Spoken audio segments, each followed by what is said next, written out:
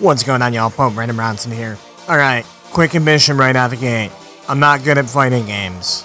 I'm talking like regularly getting clapped by people just picking up the game for the first time levels of bad. I'm talking like the astral projection of Justin Wong regularly appears in my room just to point and laugh at me levels of bad. Yet for some reason I've always been drawn to them. Maybe it's just that I'm a child from the early 90s and fighting games were everywhere in my childhood. But I've always adored fighting games. The flashy moves, the intense music, the backgrounds, the freaking vibes, man. And after going through a bit of a dark age for fighting games, ladies and laddies, we are so back. The new KOF? Hype. The new Street Fighter? Hype. The new Tekken? Solid enough. If you like anime fighters, you're eating. If you like superhero fighters, you're eating. If you want re-releases of the classics, my dude, you are eating. We are all having a pretty good time as far as I can tell. And then Mortal Kombat 1 had to humdy-dumdy-dum along and piss in all of our Cheerios. I go back and forth depending on the day on what my favorite fighting game franchise is. I'll be honest, some days it's Tekken. Capoeira machine go brrr. The rest of the days it's Mortal Kombat all day. Again, I was a child of the 90s, and this game had ninjas, robots, dragons, demons, all sorts of weird monsters that surely didn't manifest in any bizarre fetishes in my 30s. The freaking Mortal Kombat theme song from the movie? Sure, I'm not gonna sit and lie to you and say that I played all the classics, but you best believe I got that PS2 collection and played the hell out of it, especially Armageddon. Bring back Mortal Kombat, you cowards. And that reboot trilogy they put out, MK9 through 11, ooh, buddy. Tell you what, those games might not have been perfect, but your boy put some elbow grease into that trilogy. So then we get to Mortal Kombat 1, and I'm 17 shades of jazzed. I've got all sorts of ideas in my head of what the game's gonna be. But what we got is what we got. And I can't say I love what we actually got.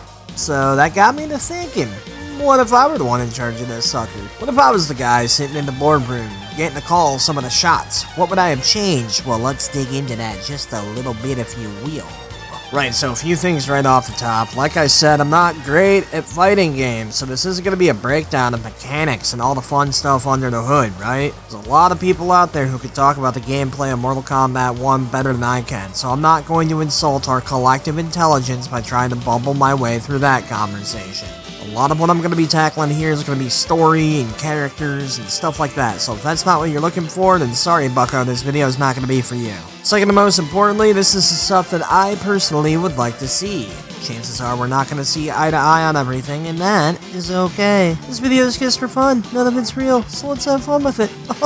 Though if you do need to send me a death threat, just go ahead, write your complaint on a sheet of paper, stuff it in a manila folder, leave it on your roof. I got a carrier pigeon who's gonna see to it that I receive your strongly worded letter. Get it, got it, Gucci. Let's dive into this. So let's knock out some of the smaller stuff before I dive into the meat of this video. I know I said I wasn't gonna dive super deep into mechanics, but I think it's safe to say that no one really loved the cameo system. Conceptually, yeah, I thought it was pretty cool, but in practice, it ain't it, chief. It ain't the guy, buddy. It ain't the buddy, pal. So instead, let's double down on the tag system we had going in the last game. Look, I know I'm not the first person to suggest that, but the way I built my roster is kind of built around the idea, so I figured we'd knock that one out early. Speaking of quick and unoriginal ideas, bring back the fucking crypt. Yeah, I think we're far enough in the video that I can say fuck now. Alright, then we got Floyd.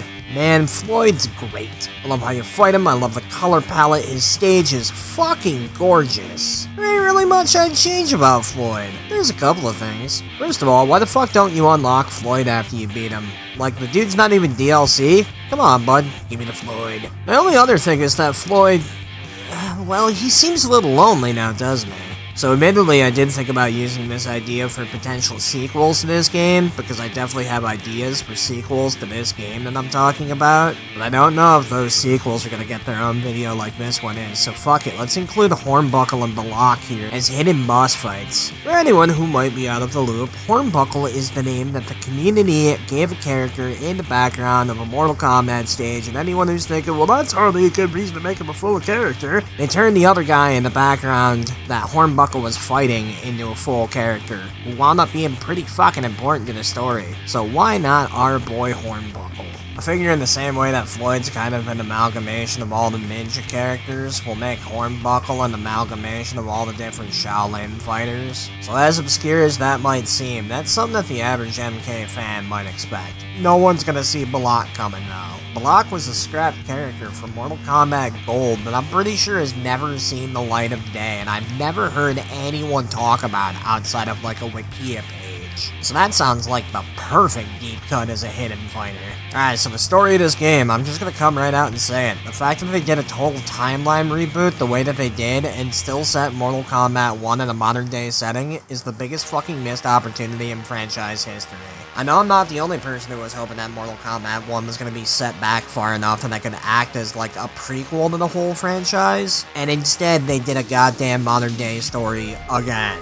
Well look, I'm not going to be doing that. I toyed with the idea of setting the game like way back so we could take advantage of like the Aztec influences, include like pirates and historically accurate ninjas and historically accurate Shaolin monks and shit like that. But I've seen a lot of other dudes on YouTube run with ideas very similar to that, and I don't want to accidentally steal anyone's ideas here, so I think I'm going to set mine in like the early 1900s. Before the Great War, give it that kind of like League of Extraordinary Gentlemen, a little bit of a steampunky vibe to it. Like, I imagine that the second game in this timeline fit nicely in either the 1970s or the 1990s. And with the third game, maybe we could get back into more modern timelines. But those are ideas for videos that might never come, so I'm gonna shut up about them. The other big thing is that we're not really gonna dick around with any multiversal mumbo-jumbo, at least not in this game. Now, I know that multiverses are all the rage right now, and admittedly, the idea of an MK multiverse is exciting to play around with. But I think we have more than enough meat on the bone with the setup that MK1 had without all the multiversal stuff. Liu Kang's a warrior, he's a fighter, who's been thrust into the role of deciding all of time and fate for everyone everywhere. I think it's safe to say that Liu Kang would make a few naive decisions. At the very least, I think it's safe to say that the lad's way out of his fucking element, and he'd probably have a whole lot of stuff that he'd overlook, and that's where we get our story and our drama. Things like the Tarkat disease, or the death of King Jared, those aren't part of a grand plan in this story, but instead are that grand plan going off the rails for reasons we'll get into later. Liu Kang watching his perfect plan fall apart and seeing where he goes from there, that's the main story of our game. And I can see Liu Kang flirting with like a bit of a corruption of power like he experienced as a Revenant, or like Raiden Kronika did before him, before realizing that he can't control the sands of time by brute force, he can merely guide them with a gentle hand. Or some other wise-sounding bullshit like that, I don't know. Alright, so the big thing I'm excited to play around with is the characters, because I really appreciate how they did some of the characters in this game. Like, Ashra might not be on my roster, but y'all have no idea how much I appreciate the little bit of effort that they put into her. I loved Ashra in MK1. Like I said, I became a fan during the 3D era. But then you've got other characters that are just, like, the same as they've always been, minus the character development that they've experienced previously. Like, how many times have we gotta watch Johnny Cage go from a washed-up Hollywood douchebag to a charming hero douchebag? Let's fuck around with some stuff. Speaking to Johnny, let's go ahead and start with him. We're not gonna use him. Nah, baby, we're in the early 1900s. I think it would be a lot of fun to play with the ancestors for some of the characters. Not everyone, but a couple of guys. And we did kind of already get a gender swap version of Johnny Cage introduced, so I propose that we use Johnny's great-grandmother, Janet Cage. And I see Janet as an Edwardian-era socialite with a big game hunter flair. Like, she'd definitely have a fatality where she blows your fucking head off with a big ol' elephant gun or something like that. And I could also see her fighting with Bartitsu. For those of you who don't know, Bartitsu is an old-timey, real-life English martial art most famously practiced by fictional English detective Sherlock Holmes. Typically, it includes a walking stick or an umbrella or some other form of weapon like that, and the idea of a character doing Bartitsu-style stick work with a big-ass elephant rifle, funny that does something to my nether regions I might need to talk to my therapist about, so we've got to include that, both in the game and in my next therapist meeting. So Fire God Liu Kang is going to be Fire God Liu Kang. I don't really feel the need to dip my dick in those mashed potatoes too much. On that note, I'm also not going to fuck with Reptile or Baraka. Reptile and Baraka in Mortal Kombat 1 are perfect, and I love them, and I'm going to protect them. Okay? The only difference is instead of being blackmailed by Shang Tsung or whoever the fuck, he's gonna be blackmailed by the guy we're actually going to use as our villain. We're gonna circle back to that one. from the Outworld Athenian Empire, we're gonna use Sindel, General Shao, Reiko, and we're finally gonna properly see King Jared. And that's it from the Outworld Athenian Empire. Kitana, Jade, Tanya, and Melina are gonna appear in cutscenes, and spoilers for later, a couple of them are gonna be DLC, but for the purpose of making this feel like it takes place before the main Mortal Kombat story we're used to, we're gonna say that all 4 of them are somewhere in their late teens, still a little bit too young to be taking place in the main story. Or at least fighting in the main story. They're still gonna be in the main story.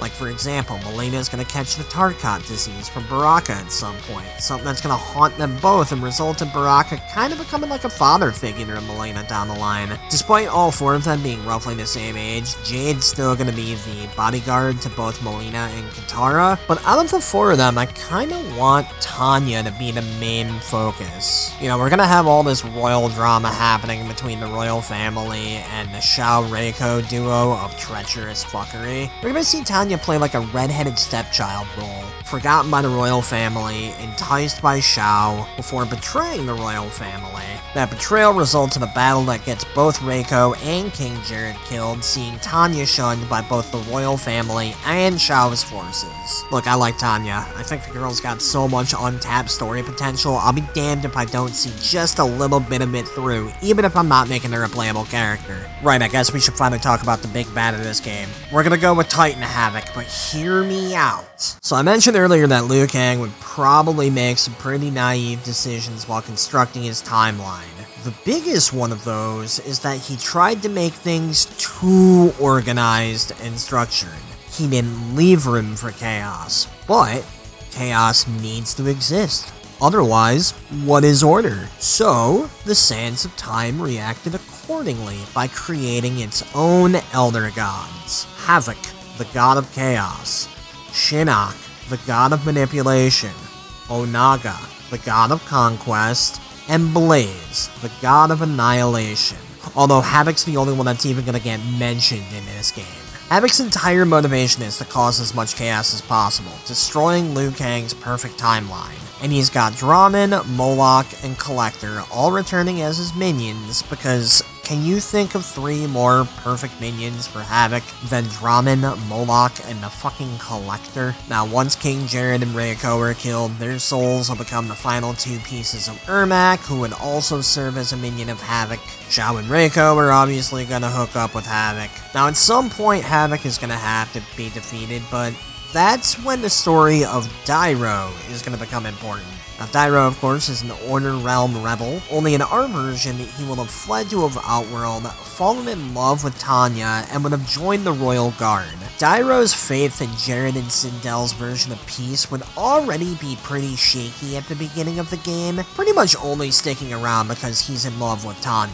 We see him grow distant from Tanya as she grows closer to Shao, and then we see Dairo get exiled after Tanya's betrayal, leaving Dairo alone in a broken and nihilistic state by the end of the game, making him the perfect host for the defeated soul of Havoc to possess him in some kind of post-credits scene, because I like the idea of Dairo becoming Havoc and I still wanted to use it, alright? Then, rounding out the villain side, we've got Erron Black, the coolest character that the reboot trilogy introduced that I for sure wanted to bring back, and I think I got a cool idea for him. First of all, I think it would be great if either Sonya or Jax's great-grandmother was a Pinkerton who is trying to hunt down Erron Black. That gives us another ancestor character, it gives us another chick in a roster that is admittedly a total sausage fest, and most importantly, it has a little bit of fun with the time period. As for Erron Black though, I want to make him a much older version of the character who knows that his time is short, and he's desperately trying to find a way to get his youth back. At some point he's going to link up with Havoc, who's going to give him limited access to the Sands of Time, giving him his youth back and giving him a beefed up version of the Sand abilities that he already had. As for the Shaolin, I think it would be a sin if we didn't include the Great Kung Lao in this. I know he's supposed to have existed 500 years before the events of Mortal Kombat, which would make him like at least 400 years old in this game, but like, Yeah, that's kind of the point. We're going to include the great Kung Lao as the wise old Grandmaster of the Shaolin, his life having been extended by Liu Kang. We're talking the long white beard, the crazy eyebrows, the super long, super thin mustache, a real old Kung Fu master type. Among his students is going to include Bo Raicho, a disgraced drunken master who's trying to earn his way back into Kung Lao's good graces, as well as a young Madame Bo, who would fight with a very Wing Chun influence to differ her from Bo Raicho. We might even want to give her a different name, but I digress. As well as a young Shujinko and Raiden. I want to play things real slow with Raiden. Like, I don't think I want him to find out anything about his past selves in this game. It can be teased, especially if that stresses Liu Kang out, but we're not going to reveal it yet. As a side note, I'm also thinking that Kung Lao is going to die in this game, and I think it might be cool to include him as part of Ermac, but I don't know, I could go either way on that one. So our last gaggle of characters here, we've got the motherfucking ninjas, the Lin Kuei. And I guess the first thing we gotta talk about here is Scorpion. I like Scorpion being a Lin Kuei member. I think it makes sense that Liu Kang would give that a shot. I hate Kuai Liang as Scorpion with a fiery passion though. Pun totally intended. So here's what I propose. Bihan, Sub-Zero, leader of the Lin Kuei, somewhere in his mid to late 40s, bit older than everyone else. Throughout the game, we're gonna see Bihan become corrupted with power and ally with Havoc. Underneath him, we've got Hanzo Hazashi as Scorpion, Smoke, and Bihan, who's gonna be using the name Hydro. Look, Tundra is a cool name, but we've already got one ice guy, and Rain isn't on this roster, so we don't have a water guy. Bihan using water as a young man, but having it become ice as he gets older, and as his heart becomes more cold. That's a concept that pumps my nads. We're gonna be running with it. Anyways, once Kuai Liang goes full heel turn, the other three ninjas break off to form the Shirai Ryu. Scorpion becomes its first Grandmaster. He declares Bihan as the new Sub-Zero. Mind you, Kuai Liang is not dead at the end of this game. There's just gonna be two Sub-Zeros running around for a while representing warring clans. It's something we dig into in a potential sequel. And that covers everyone in the main roster, giving us a final roster of 24. I mentioned it at the top of this that I wanted tag team fights to be the big focus of the game, so we're gonna run down the entire roster by who gets teamed up with who. So we've got Liu Kang and the Great Kung Lao, Janet Cage and the Great Grandmother of either Sonya or Jax, Bo Raicho and Madame Bo, Sub-Zero and Scorpion, Hydro and Smoke, Shujinko and Raiden, Havoc and Ermac, Draman and Moloch, Aaron Black and the Collector, Baraka and Reptile, King Jared and Queen Sindel, and finally, General Shao and Warhorse Reiko. Pretty great roster in my opinion, but this is a YouTube video about a fighting game, so of course we've got to cover the DLC. Now, bad news, we've only got 2 seasons still.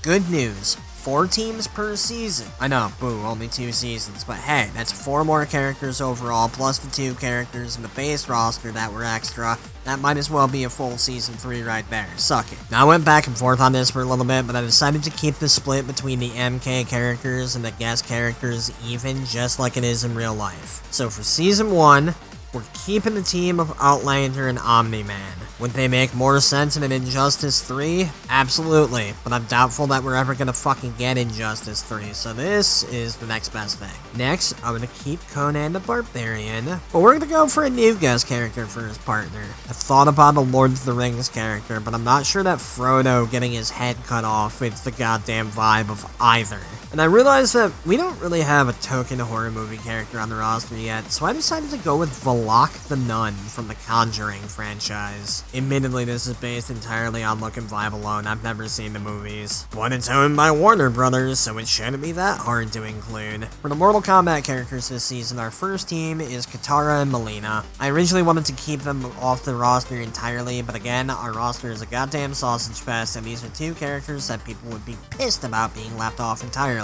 Especially Melina, sweet fuck. For the last team of season 1, Fujin the Wind God feels like someone that Liu Kang would want to keep around. I say we include him as DLC. But then for his partner, let's introduce Argus. For those of you who don't know, Argus is the father of Taven and Dagon, who are both pretty big deals in Mortal Kombat Armageddon. Argus was the one who had the prophecy of Armageddon. I think it would be fun to include him, have that prophecy, use that to tease the existence of Shinnok, Onaga, and Blaze in this timeline. Yeah. Right, then finally we've got Season 2. We're gonna go in reverse order, start off with the Mortal Kombat characters this time. It pained me to leave Geras off the roster, so I had to stick him in the DLC, and I paired him with someone else I really wanted to find a way to include. Goro. Do these dudes have anything in common other than they're two big motherfuckers I wanted on the roster? Nope. But fuck off, that's good enough for me, Habibi. Then a Mortal Kombat game without Shang Tsung just wouldn't feel right, so we're reforming the Deadly Alliance by including Shang Tsung and Quan Chi, who both might be very minor characters in the main story, but I deliberately didn't want to use them because holy shit, could Shang Tsung and Quan Chi use a bit of a main story break. And finally, our last 4 guest characters. First of all, we've already got Peacemaker and the T-1000. They're both Rudy Tooty point and shooty boys. Let's stick them together as a team. Then the last team.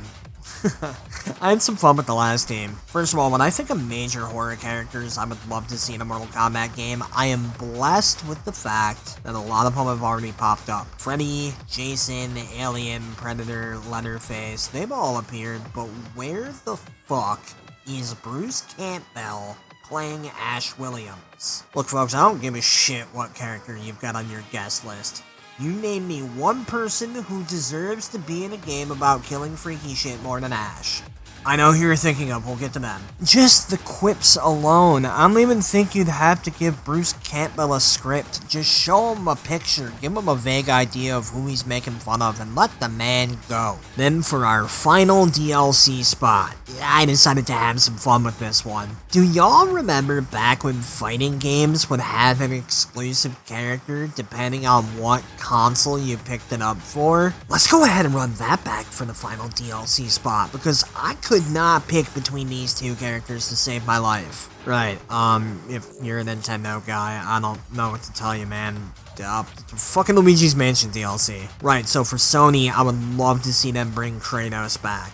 But the modern version of him. Hell, a part of me doesn't even want this to be console exclusive. Part of me wants Kratos in the main story, just so we can have a grizzled old god Kratos giving baby god Liu Kang advice. That's the kind of shit that makes me want to buy a video game. At the very least, Kratos deserves a chance to show off his dad bod in glorious combat. Then for our last character, the Xbox exclusive. When I mentioned earlier that Ash Williams would be the most fitting character for a Mortal Kombat guest spot, I promise you some of y'all thought of this guy.